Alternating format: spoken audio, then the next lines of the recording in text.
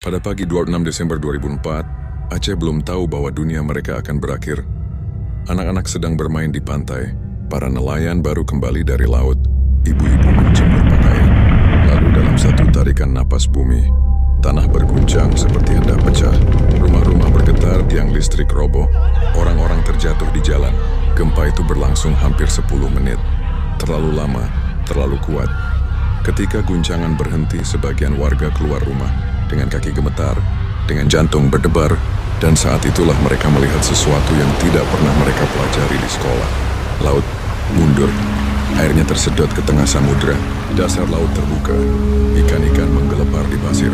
Sebagian orang berlari mendekat, mengira ini keajaiban, mengira ini hiburan. Tapi mereka tidak tahu bahwa laut tidak sedang pergi, ia sedang mengambil ancang-ancang. Di kejauhan sebuah dinding air mulai terbentuk, hitam, lebar diam. Seorang saksi berkata, awalnya seperti kabut di cakrawala, lalu kabut itu berdiri. Orang-orang mulai berteriak, air datang, mereka berlari, terpeleset, menjatuhkan anak-anak mereka. Dalam hitungan detik, gelombang setinggi gedung 3 lantai menghantam daratan. Mobil terangkat seperti mainan. Rumah-rumah kayu hancur seperti kertas basah. Orang-orang tersapu, masuk ke dalam air, dipukul, diseret arus. Beberapa masih hidup ketika air membawa mereka ke laut. Tapi horor sebenarnya bukan pada gelombang pertama. Horor sebenarnya datang ketika air mulai surut. Air laut yang asin memenuhi paru-paru mereka. Mulut terbuka, tenggorokan terbakar. Namun tak ada udara yang masuk, hanya air, lumpur, dan puing. Tubuh-tubuh kecil terlepas dari pelukan orang tua mereka. Tersedot ke dalam arus seperti boneka kain. Tangan-tangan yang tadi menggenggam erat, kini kosong. Seorang ibu mencoba berenang sambil menggendong bayinya. Satu ombak menghantam tubuhnya terbanting ke tembok. Dan ketika ia muncul kembali ke permukaan, bayinya sudah tidak ada di lengannya. Ia menjerit namun tidak ada suara yang keluar. Hanya air laut yang masuk ke mulutnya.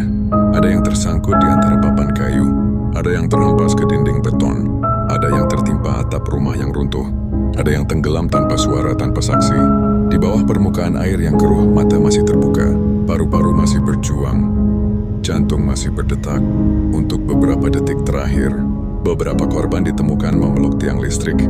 Beberapa masih menggenggam tas sekolah anak mereka. Beberapa meninggal dengan tangan saling terkait. Dan di antara mereka, ada yang mati berdiri.